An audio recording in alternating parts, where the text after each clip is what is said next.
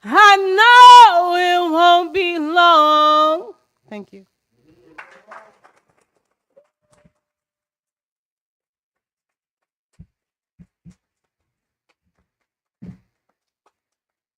I'm going to read you something real soft and sweet because you need a little soft and sweet. And then we get to hear my brother, my friend, our board member. Yep. This is called Something Fun. Because we need to have some fun. Remember, we are using our joy as a kind of resistance, yes? All right. Want to dance. Dance wild, wild, wild, spinning, turning, jumping, dancing, crazy and wild. Dance alone, dance with somebody, booty shaking all over the street, toe tapping, neck swaying, head bopping. Dance a feisty dance, dance a wet dance, dance a simple dance, dance a meaningful dance, dance a silly, silly dance, dance of emotion, dance of trust, hip hop. Dance, y'all. Terrific tango, tango, sensuous salsa, salsa, yeah, I wanna dance. Bitty, bitty, belly dance, dance the hopscotch, dance the robot, dance with baby John John, smile all over his face, dance in a crowd, dance in my secret place, wanna dance, wanna, whoo, oh man, dance flamingo, tap, tap, tap, tap. Tap, tap, merengue, foxtrot, swing, praise, dance, dance for the Lord, dance barefoot, reach up from earth and down from heaven to the beat of my native drum, dance in the cloud, make it rain, ooh, ooh, dance disco, dance do-si-do, dance no clogs, dance the monkey dog, what y'all know about that, dance hula hula, dance like that famous Jackson, dance, dance, dance, dance, dance, dance, no clogs. Dance the monkey dog. What y'all know about that? Dance hula hula. I think I'm messing this up. Dance because we're flipping mad. Dance because we're sad. Dance capoeira. Feel it in your heart. Dance ballet. Balance ballet. Copa. Dance. All right. Thank you, Danny, for having me. Thank you, Hoboken, for having me. And thank you, all of you, for taking time out of your Sunday. You knew that all four of us was going to be here. I don't know who you came to see, but I hope you enjoyed what you've seen so far. I certainly have.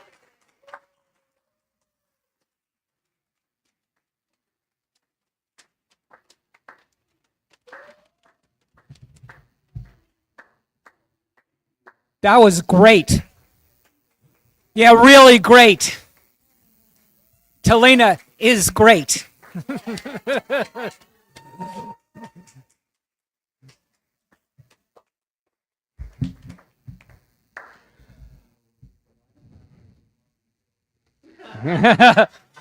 I think we're all going to get lessons in a little while, Reg.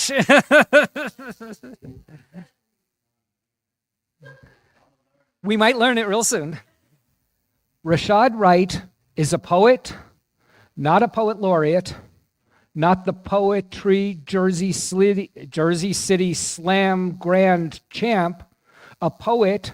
My initial encounter with his work was unremarkable. It was contemporary in theme, slathered in hip-hop, hoopla, and earnest. I'm not a big fan of poetry because craft often takes a back seat to charisma, and Rashad is definitely that, but he is much, much more. He is a writer. After reading his first collection, I am stunned by the book's imagery and efficiency. Rashad's ability to select the proper words when modifying lines is a gift. He's obviously taken time to understand technique. His is extremely strong, but the intense depth of his storytelling suffers not one iota. This Jersey City native's attention to detail makes reading his poems a joy. I am too from the cold, hard streets of town, drowning in the shadow of Manhattan. Our tales are told with a slightly skewed confidence, as if one trails behind a big brother. Rashad's poetry stands alone, shares heartache mixed with celebration, and is unafraid to express the love and pain of being present in a world that champions the self-serving idealist.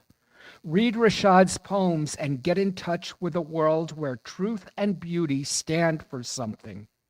In one of his poems, he says, "I couldn't afford goggles.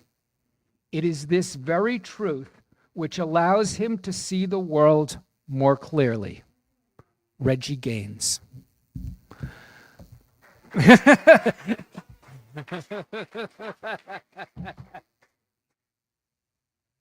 Day by day? Yes, we are. Yes, we are indeed. How's it going, everybody? My name is Rashad Wright. I've never been wrong, not once ever. And Rashad is actually an Arabic name. It means someone who's always on the right path. And that's kind of a joke because I'm known for taking more wrong turns than college students in horror movies. I'm the oldest of three. To one point, there were two little girls, my little sisters, and they used to look just like me. But they had to sit through all my TV shows and stuff. So they knew all 152 Pokemon before they knew the alphabet had the last letter. I can run 2 miles in about 12 minutes. I can swim a whole lap in a single chewed up breath. And if you give me a bicycle, I could convince a car it was moving at the speed of a skateboard. I don't believe in capital letters. I believe in equal opportunity. I'm pretty sure Tupac is alive and hiding in Jersey City. And I'll never shower before getting into a pool. Pretty sure it defeats the purpose.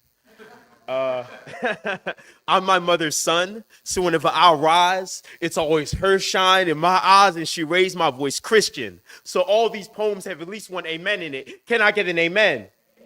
Because back in the days, I believed in God. And then I started believing in myself. Nowadays, I dream big enough to believe in both at the same time.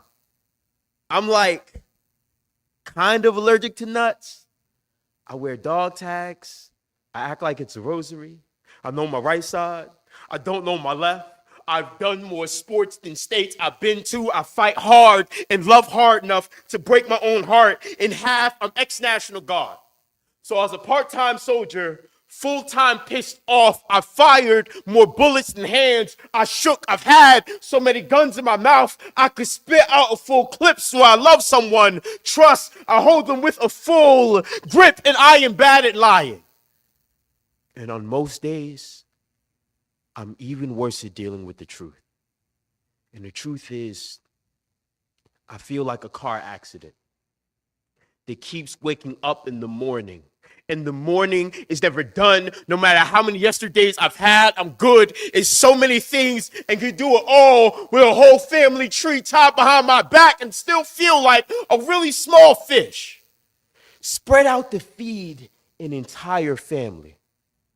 I can have skin made out of gold and still confuse it for rust. I'm a dragon in denial of my own flame. My voice is a fairy tale I'm still trying to believe in. I hate talking about myself, but I'm really good at the things I hate. And sometimes I'm so hard on myself that tomorrow always feels like a miracle sent to the wrong address. I mean, we all heard the saying, practice makes perfect. And I've had to practice being this broken for so long. You couldn't fix me even if you tried. And I try, and I try, and I try, and I try.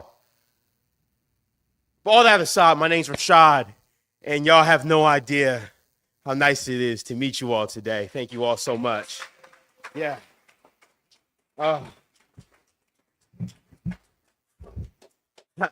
Thank you, Reggie. God. The rest of this set is going to be about paying homage to the people that came before me. Thank you for bringing that out of me today.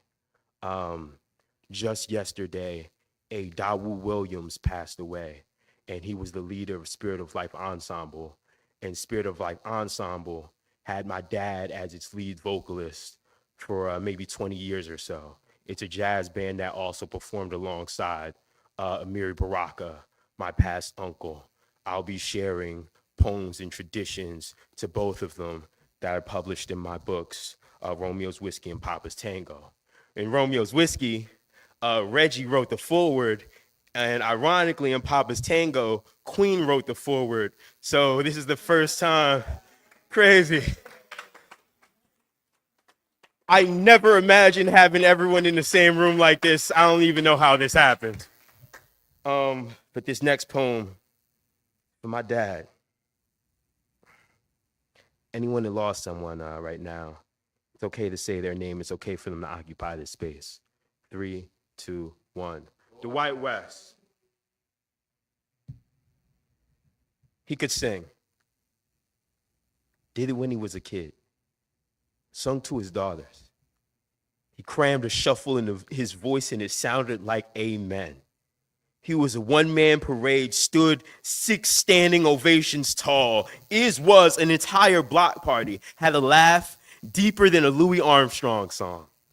He sung songs during springtime on Jupiter and Mars, and he loved every song sung, love, stepped in his name, love, was love, is still love, said your name like he loved you. He will sing your name like an anthem. He believed in you, believed whatever you said since you were a child. Sung on basketball courts, in showers, every car ride longer than 2 blocks, as if he inhaled halos and coins from wishing wells. He wished you well. Sung your name, hit every note like he ate well, like he worked hard, like he knew how hard work was on you. Sung to his daughters, named them things worth believing in. Family was his favorite song. He sung jazz, blues, swing, lullabies, ballads in bands, bars, parking lots, at red lights, green lights, ShopRite. Sung with the smell of popcorn still on his fingers. He sung in suits, shoes, and baseball caps. Sung R&B and C, D, E, minor B, major B, more C, more. Sung scores. He had a song wherever there was someone with a dream worth having faith in. He had faith in you. Sung like he did. He will sing you a song. And if you knew anything about my dad, you knew he could sing.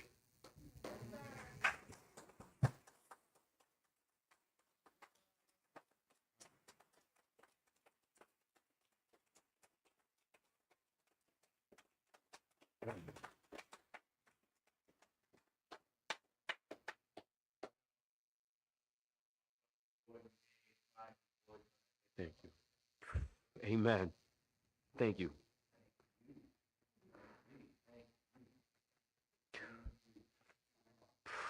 So much love in the room. God, pass it on. Keep doing that. The same way Reggie is giving me love, give that to someone else in your life right now. You don't know what people are going through. Thank you, Reggie. Thank you, Queen. And thank you, Joy. Glad to share stage with y'all. Thank you, Dane, for putting this together. And everyone else involved. When I say day by day, this is a tradition we started in Jersey City. When you hear someone say day by day, respond, we're getting in better and better. You don't have to. You don't even have to believe it. But even if you're just saying it for someone else to say, to hear, I think it's an affirmation. Day by day, hopefully you believe it. I said day by day, and we're not alone. I'm looking for a poem that I wrote for my uncle. I should have found this earlier, but I didn't even name these poems so I could find them. I named them because the names were good. God. So bear with me. Oh, cool. This is about my Uncle Amiri. It's called Dad Said About the Funny Guy. My dad said he was a genius. I thought he was funny. Talked funny and found everything funny. He told all the children they were pygmies and all the tall men that they were Watutsis. And I was never sure if he was speaking English, but he did poetry the same way Dad sung songs. So he did it like jazz. I think he thought he was an instrument. He spoke in doodidas and boop-de-doops. If you told him something that was incorrect, he would laugh at you in front of you while you were saying it. He only corrected you if he loved you. And if he loved you, the laugh everyone else got became this like chuckle with a giddy smile. If you told him something and you were correct, he would laugh at you as if you said something wrong. He wanted you to say more. He wanted you to say more, get riled up and show how much you care. He only spoke in one-liners, would walk away from you still within ear distance of you. You'd hear the same one-liner and it'd always be a riddle. He had a giddy, toothy, goofy, three-dimensional smile. He was magical, a bunch of ideals and a hunch crammed into his back. Dad said they had parties in his basement, speakeasies, open mics, jam sessions, and revolutions, all in his basement. There were stone statue lions on his porch, glasses on his face, a straw hat in every clip under the podium at his side on his head. Dad said, I kind of named you after him. I asked my dad, Rashad? He says, no, Amir. Yeah.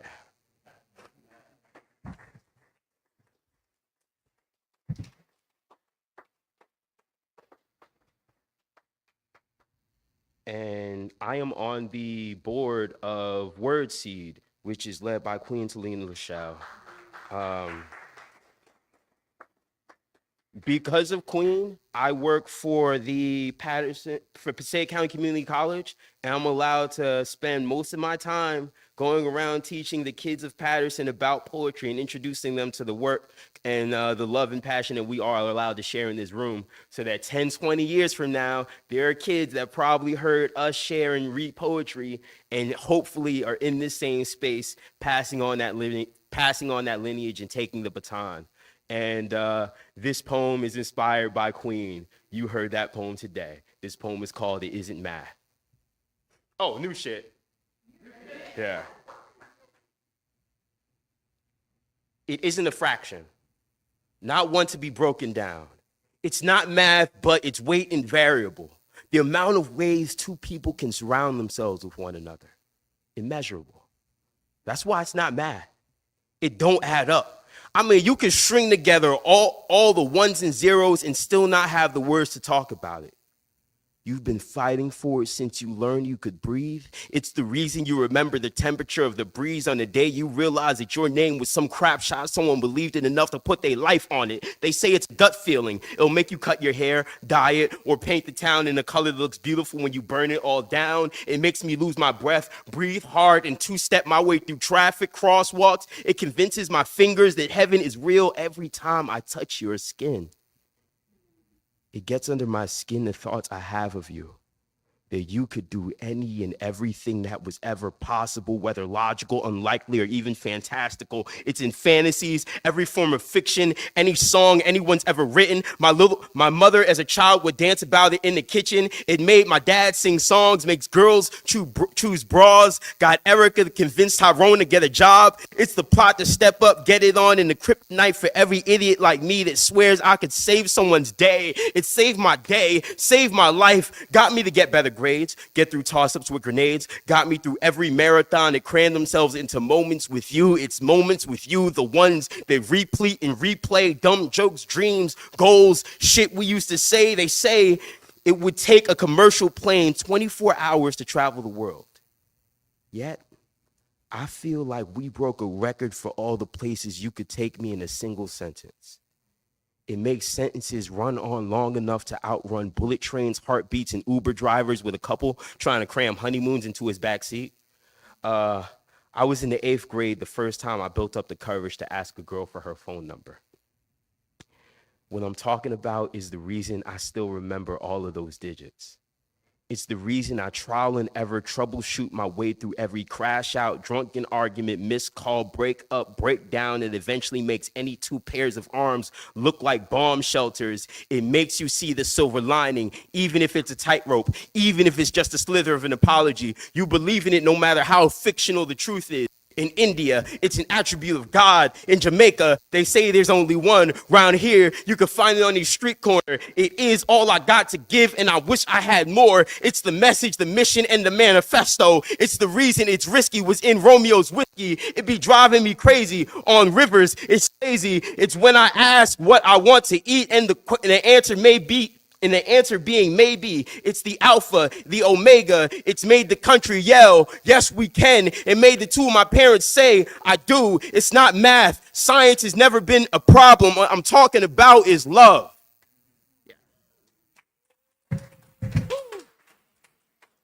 Ah.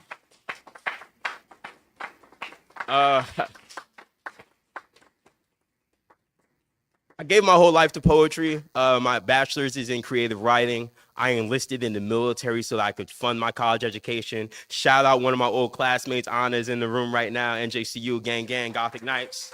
Yeah.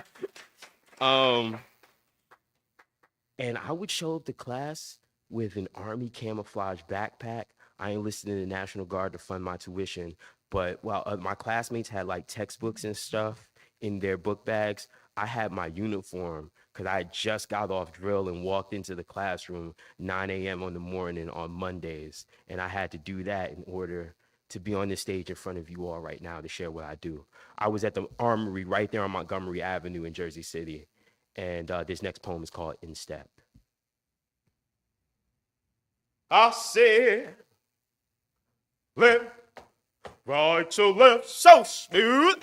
Left, woo, right to left. Left, yo, left, hey, left, right, yo, left, you got it. Left, yo, left, hey, left, right, yo, left, you got it. Left, yeah, right, yo, left. When us soldiers march, we lead with our left foot. So when every boot in the platoon hits the ground, the sound is so in sync that even our hearts begin to beat to the same rhythm. And rhythm, even in your dying breath, is the only thing you'll have. Left, right, your left, so smooth. Left, woo, right, your left. And then the right foot follows. And it's always like this desperate pursuit, struggling to keep up, like all the things us soldiers have to leave behind. Nevertheless, you'd be surprised to see just how much gets left right behind in the rhythm. You'd be surprised that we still dance, how we still march, even through gunfire, because see, dancing and marching and all of this becomes so easy when the beat has always been there. And you think that beat is always gonna be there until one day it's just not. Now be the day all the beating finally stops. It'll be the day someone does a left, right, left, all in your breath and up and down your chest, and you won't know the difference between your right and your left. And you won't know the difference between your right and your wrong. And you won't know the difference between right and wherever it is you have left, right when you need it. Right when you realize these bullets have been calling you by your first name. Right when you realize you've been marching in place this whole time. Right when you realize you don't have a single thing left. Left. Right. Left.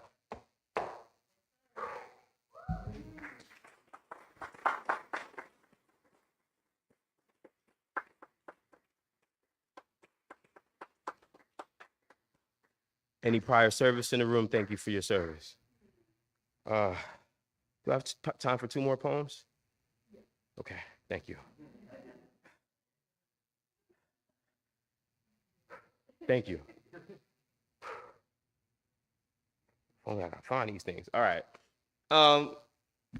This poem's ridiculous. It's called Some Shit a Leo Would Say. I'm reading this for no reason whatsoever. There are two seasons per year, winter and Leo season. Plot twist, Game of Thrones was actually just a bunch of Leos claiming war on the rest of the year. Fun fact, Taurus are represented by the bull. You know what they call a group of bulls? Fun fact too, Leos are represented by the lion. You know what they call a group of lions? A pride. Need I say more? Food for thought. Every zodiac sign has a ruling planet. Ours is the sun, which isn't a planet, but I already said I'm a Leo, so I don't give a fuck you and my gravity. Footnote. Yes, the world revolves around us. Side note, Pluto ain't a planet no more, so Scorpios ain't shit neither. Footnote 2. Footnote 2. Yes, the sun is a star. Guess what? So am I. Being a Leo means you origami fold hard times that the sunshine means a glass half empty is just someone's day you haven't poured yourself into yet. Being a Leo means you're the world's tiniest parade in an ocean of Titanics. I was a Leo when my grandfather died. In the 6th grade, I got my first F on a report card.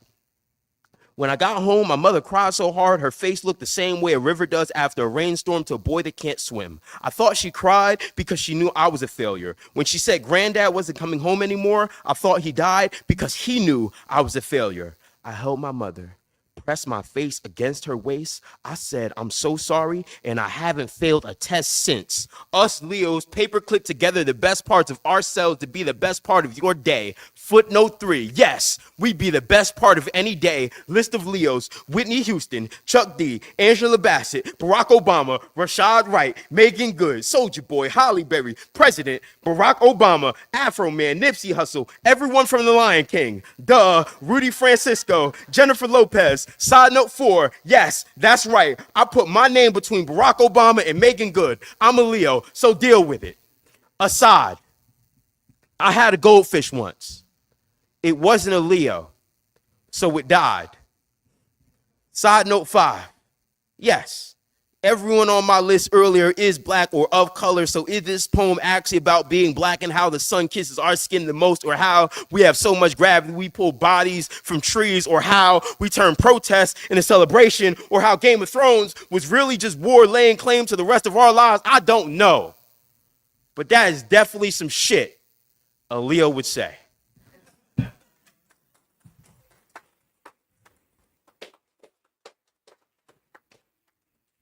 Poetry could be anything, y'all. Really. I'm gonna do one more piece for y'all, and this is about, it's about history. I'm really obsessed with passing the baton right now for some reason, so let's just make sure that we're paying homage to the people that came before us. I was the poet laureate of Jersey City for 2 years. My uncle Amiri was the poet laureate of New Jersey. I was a gunner in the National Guard. He was a gunner in the Air Force. It's crazy how these parallels keep happening. Also, keep an eye out. Newark is getting a poet laureate soon, so we're going to have more of us on these stages in these rooms. Yeah.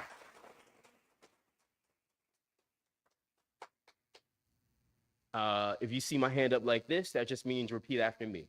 You don't have to, but I would love it if you did.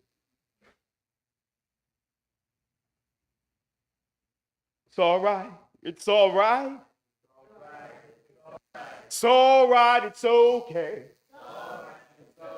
I've seen better days. I fight the good fight. It's all right. It's all right. It's all right. It's okay. I've seen better days. I fight the good fight. Sung by some man on the front line somewhere. No one can sing this song. His voice drowned out by the straddle stars that lodged their way into his throat. His last name. Silence. It's all right. It's all right. It's all right. It's all right. It's all right. It's okay. It's all right. It's okay. I've seen better days. I fight the good fight. I fight the good fight. My father was a man from Newark, New Jersey, right? And he has really long fingers. And it's the late 60s, and he walks out onto his porch. He looks at the street corner, and there's a tank parked at the green light. There's a riot in Newark. A cab driver named John Smith was shot, and the National Guard dipped their heartbeats in camouflage. The people revolted, and between the National Guard, local law enforcement, and all the police officers, enough bullets flew through bodies to make dream catchers go out of business. Of all things, a group of veterans gathered to protest their former allies doing their jobs both effectively and efficiently. In protest, I imagine these veterans sung. It's all right, it's all right. It's all right, it's all right. It's all right, it's okay. It's all right, it's okay. I've seen better days. Seen better days. I fight the good fight. I fight the good fight.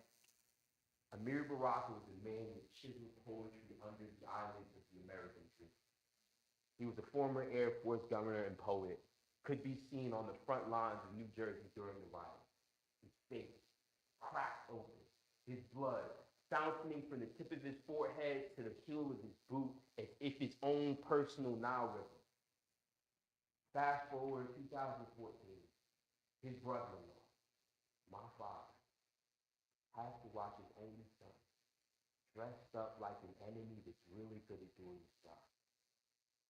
I'm in full uniform, camouflage, and yet he sees like this. He's scared they will never see something. I have the nerve, with my dad in his eyes, salute him, and say, it's all right, it's all right. It's all right, it's all right. It's all right, it's okay. It's all right, it's okay. 2025, 129 National Guards lost their lives. I've seen better days. I've seen better days. Every day I'm happy I was in number 530. I fight the good fight. I fight the good fight. Day by day. Only if we do this together. I said day by day. So let's do it together. Love you.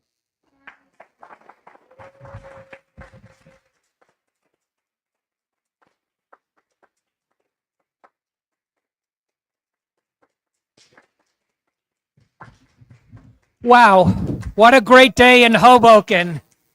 Let's do this together. Thank you, poets. Thank you, Reggie. Thank you, Joy. Thank you, Talena Queen, Queen Talena. Thank you, Rashad. And thank you, audience, for being here.